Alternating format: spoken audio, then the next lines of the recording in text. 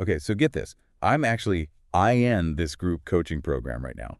And it's seriously blowing my mind. It's called Neurodivergent Career Navigator. It's led by this amazing coach named Aubrey Arms.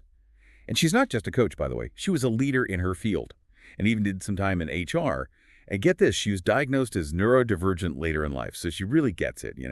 This week, the module was all about managing up, and I just had to share some of these golden nuggets with all of you. What I find fascinating here is that you're actually experiencing this program firsthand. You're applying these concepts in real time. It's not just theory. And that adds a layer of authenticity to our deep dive today. Exactly. Before we even dive in, what pops into your head when you hear managing up? Honestly, for many, it might bring up images of, well, let's be honest, brown nosing or even Oh, manipulation. absolutely. I used to think it meant just telling your boss what they wanted to hear, Yeah. whether I actually thought that way or not. But Aubrey in this program reframes it completely. It's more about proactively building a strong, mutually beneficial relationship with your manager. You can think of it as a partnership, where you're both working toward the same goals. And Aubrey really emphasizes this partnership mindset. Hmm. Honestly, it's been a bit of a shift for me.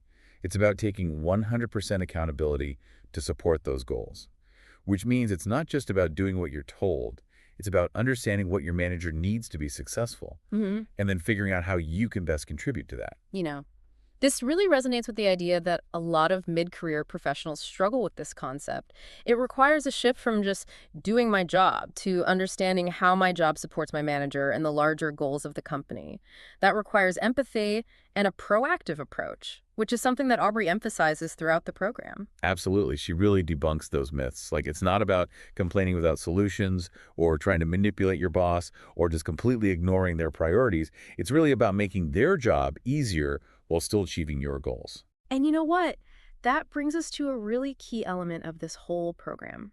The 5 crucial conversations to have with your boss. These conversations form the backbone of effective managing up. This was seriously a game changer for me. I always thought I communicated well with my manager, but these conversations helped me to see things from a whole new perspective. So let's talk about the first conversation. It's all about priorities, values, and goals. This was such an eye-opener. Aubrey had us ask questions like, what are your top priorities right now? And what does success look like for you in this role? I knew the company's overall goals, Hmm. but getting that deeper insight into my manager's specific focus was huge. Alignment is definitely key. And Aubrey encourages us to even dig a little deeper and ask about our manager's values. Those values really drive their decision making. So understanding them can help us anticipate their reactions and tailor how we communicate with them. The second conversation is about expectations, both the stated and the unspoken ones. Aubrey calls those unspoken ones stealth mode expectations, which I love. It's about understanding what success really looks like in your role and how you'll know if you're meeting or even exceeding those expectations. It's also about uncovering those implicit expectations. What are those unwritten rules or preferences that your manager has, Mhm. which they may not explicitly state? Understanding those can really make a huge difference in your day-to-day interactions. Then there's communication. Oh, communication. What a crucial topic, especially for us neurodivergent folks. This is where we really delve into preferences, like how does your boss prefer to receive updates? How often? And what about giving and receiving feedback? It's about making communication as easy as possible. For someone who has ADHD, for example, Yeah. and might struggle with things like impulsivity, understanding their manager's communication preferences around things like responding immediately versus sending well-thought-out emails can be a game changer. Absolutely. Hmm. And it's not just about them. Aubrey also encourages us to communicate our own needs as well. Like, if you need things in writing, or maybe you prefer visual aids, or if you need a bit more time to process information, this is the time to express that. Conversation number 4 focuses on work styles. How do you and your manager approach tasks, deadlines, problem solving, and collaboration? This one was huge for me. I realized my manager is a super visual thinker, so I started to incorporate more charts and diagrams into my presentations. And guess what? Our meetings have been so much smoother ever since. It's those small adjustments, based on mutual understanding, that can really make all the difference. And finally, conversation number 5, resources and personal development. This is where you get to advocate for yourself. What do you need to be successful? What are your career goals? How can your boss support you? This conversation is all about taking ownership of your professional growth. And it's not just about asking for things, it's also about demonstrating your commitment to continuous learning and improvement. Welcome back to our deep dive on managing up through Aubrey Arms' Neurodivergent Career Navigator program. I'm so glad to be back. Last time we talked about how this program reframes what managing up means, Hmm. especially for neurodivergent people like us. And we started to unpack those 5 key conversations that Aubrey recommends we have with our boss. Right. Conversations about priorities, expectations, communication styles, and work styles, and then also resources and personal development. Those conversations really lay the groundwork for a successful working relationship. It's like building a house. You Mm. need to have a solid foundation before you can start putting up the walls. Exactly. And speaking of potential cracks in that foundation, today we're going to dive into those common pitfalls that Aubrey highlights in her program. These are things that we might recognize in ourselves, those sneaky habits that can trip us up in the workplace. Okay, so pitfall number 1 is what Aubrey calls the politician. And I definitely know this one. It's that tendency to tell your boss what you think they want to hear, instead of just being honest and transparent. Oh, it's so tempting, especially when we just want to please people or avoid conflict. But Aubrey really emphasizes radical transparency in this program. She actually encourages us to lean into discomfort and speak our truth, even when it's hard. I have to admit, that was really scary for me at first. I was like, what if my manager thinks I'm incompetent or not a team player? Yeah. But you know what? The more I've practiced it, the more I've realized that honesty actually builds trust. It really does. Your manager is much more likely to respect you for being upfront about challenges or setbacks than if you're trying to sugarcoat things or hide them. Okay, pitfall number 2 is the problem finder. And this is one that I think can be relatable for a lot of neurodivergent people.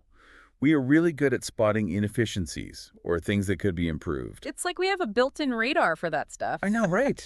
But the key, as Aubrey points out, is to make sure that we're not just pointing out problems, but we're also offering up solutions as well. Right. She actually had us practice framing our concerns as rocks instead of monkeys. Hmm. Do you remember that analogy from earlier? I do. A monkey is a problem that's vague and overwhelming and kind of hard to deal with.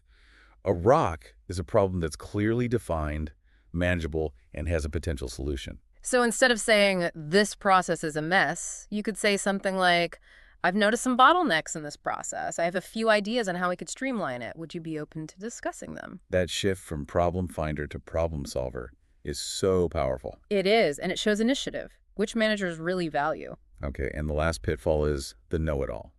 Now, I'm all for being confident, but I've definitely seen how this one can backfire. Yeah.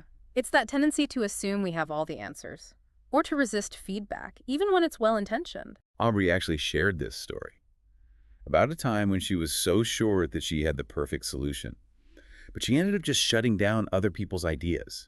And because of that, she missed out on a really valuable perspective. That could have made the solution even better. That's a great example of how being a know-it-all can actually hinder our growth Uh-huh. and even limit our potential. So how do we avoid this trap? Aubrey had some really great tips. One of them is to practice active listening, to really tune in to what other people are saying, and even asking clarifying questions to make sure we really understand their perspective. And you know what? Even if we disagree with someone, it's important to acknowledge their point of view and try to find some common ground. And feedback is a gift. Even when it's hard to swallow, it's an opportunity to learn and grow. So before we move on, I'm curious to hear about your own personal aha moments from this Managing Up module. What really resonated with you? Honestly, the biggest aha moment for me was realizing how much control I actually have in my working relationship with my manager. It's not about waiting for them to create the perfect environment or to magically understand all of my needs. It's about taking ownership and proactively shaping that relationship through those 5 key conversations and the actionable tactics that Aubrey teaches. That is so empowering. It's about shifting from that passive mindset to a more active one. And another aha moment for me was, you know how some of my neurodivergent traits, they might have been seen as challenges in the past? I realized that they can actually be strengths when it comes to managing up. For example, my hyperfocus. That really helps me dive deep into projects, and I can even anticipate potential roadblocks, and my pattern recognition skills. That helps me to spot trends and make connections that other people might miss. That's a great point. It's about reframing those neurodivergent traits and seeing them as valuable assets. So we've talked about the pitfalls to avoid, but what about some tactics for putting all of this managing up stuff into practice? Let's dive into that now. One of my favorites, and one that Aubrey emphasizes, is managing their time. Oh, yeah. It's about being mindful of our manager's time and making their lives easier. In the program, we actually had to do this exercise where we had to list all the ways that we might be unintentionally wasting our manager's time. It was really eye-opening. I bet. It's those little things like interrupting them constantly with tons of questions or Yeah. sending them poorly formatted emails or not being clear about what we need. All of those things can really add up. For sure. So Aubrey gave us a ton of practical tips for managing their time, like batching our requests instead of sending a million separate emails, flagging urgent emails so that they stand out in their inbox, Yeah. and proactively providing them with information before they even have to ask for it. Right. It's about being that proactive partner, anticipating their needs, and just making their workflow smoother. It's almost like being their personal assistant in a way. Yes. And another tactic that I've been trying to use more is summarizing my contributions. It's easy to get caught up in the day-to-day and just assume that our manager knows everything we're doing. But that's not always the case. Especially if they have a lot on their plate. Exactly. So Aubrey encourages us to proactively highlight our wins, both big and small, and to clearly articulate how our work is contributing to the overall goals of the team. We actually had to write a brag sheet in the program. It felt super awkward at first, but it was a really great exercise in just owning our accomplishments. It's not about being arrogant at all. It's about making sure that your contributions are recognized. And another tactic I've been working on is giving specific feedback, both positive and constructive. Yeah, feedback is a two-way street. Absolutely. So instead of just saying, I need more support, Yeah. Aubrey encourages us to be specific about what kind of support we need and how our manager can best help us. For example, you could say, I'm feeling overwhelmed with these 5 projects. Could you help me prioritize them based on the company's current goals? Right. And don't forget about positive feedback, too. If your manager does something that helps you to be successful, let them know. Yes, like I really appreciate how you gave me such clear deadlines for this project. It really helped me stay focused and on track. Positive reinforcement can really go a long way. Absolutely. And it shows that you're paying attention and that you value their input. Okay, another important tactic is no surprises. Yeah. Aubrey really stresses the importance of owning up to our mistakes or shortcomings and not trying to cover anything up. Transparency and accountability are so key to building trust. They really are. So if you're behind on a project, let your manager know right away and even come up with a plan for catching up. If you made a mistake, own up to it and propose a solution to prevent it from happening again. It's so much better to just address these things head on than to try to sweep them under the rug. Exactly. And remember, even if your manager is initially disappointed, they'll ultimately respect your honesty and your proactiveness. Okay, last but not least, Aubrey encourages us to lend our special talents. This is where our neurodivergent strengths can really shine. I love this. It's all about finding those win-win situations where you can leverage your unique skills to support your manager and the team as a whole. So if you're amazing at detail-oriented tasks, offer to review those reports or presentations before they're finalized. If you're project management whiz, volunteer to create a task tracker to keep everyone on schedule. Find ways to utilize your unique skills to make a positive impact. And it's a great way to showcase your talents and just demonstrate your value to the team. So we've covered a lot of ground, but I feel like we're just scratching the surface of this whole managing up thing. What's one key takeaway you want our listeners to remember from this deep dive so far? I think the most important takeaway is that managing up done right is about empowering both yourself and your manager for that shared success. It's not about manipulation or sucking up. It's about building a relationship based on mutual respect, clear communication, and a shared commitment to achieving those common goals. And it's a skill that anyone can learn. But I think it's especially empowering for neurodivergent individuals who often have so much to offer, but might struggle with some of those traditional workplace norms. Absolutely. So as we wrap up part 2 of our deep dive, here's a question for our listeners to ponder. What's one specific action you can take this week to start managing up more effectively? Welcome back to our deep dive into managing up. In the last 2 parts, we've really unpacked what it means to manage up effectively.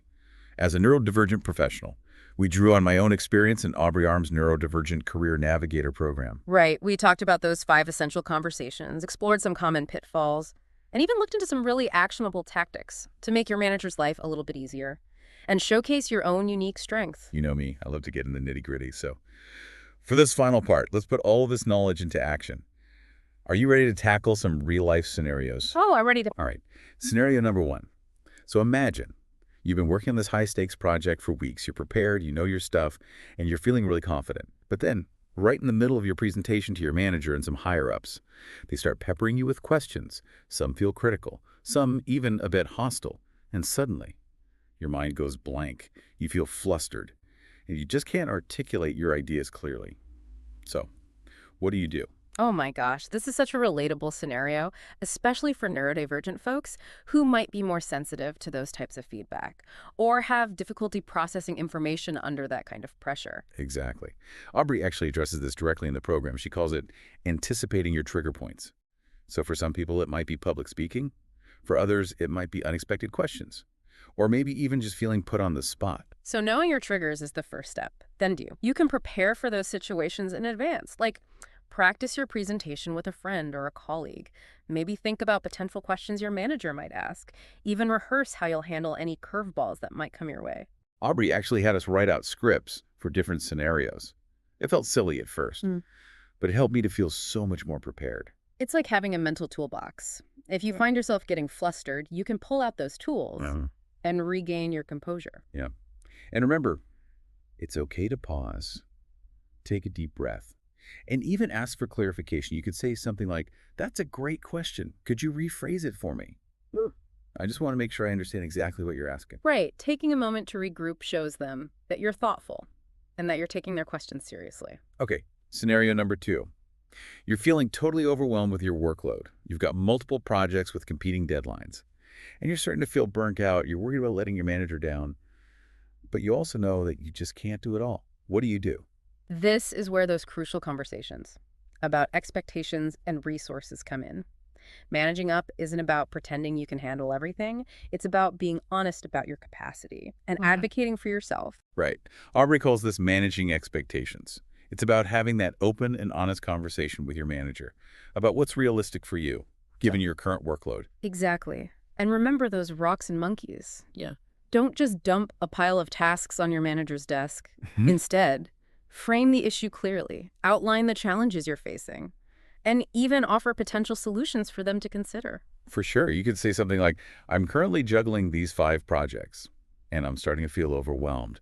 Could you help me prioritize which ones are the most critical right now Yeah. so I can really focus my energy effectively?" Don't be afraid to ask for additional resources, whether it's an extended deadline, support from other team members, or even access to specific tools. Your manager really can't help you if they don't know what you need. Okay. Final scenario. You're in your performance review, and your manager gives you some critical feedback.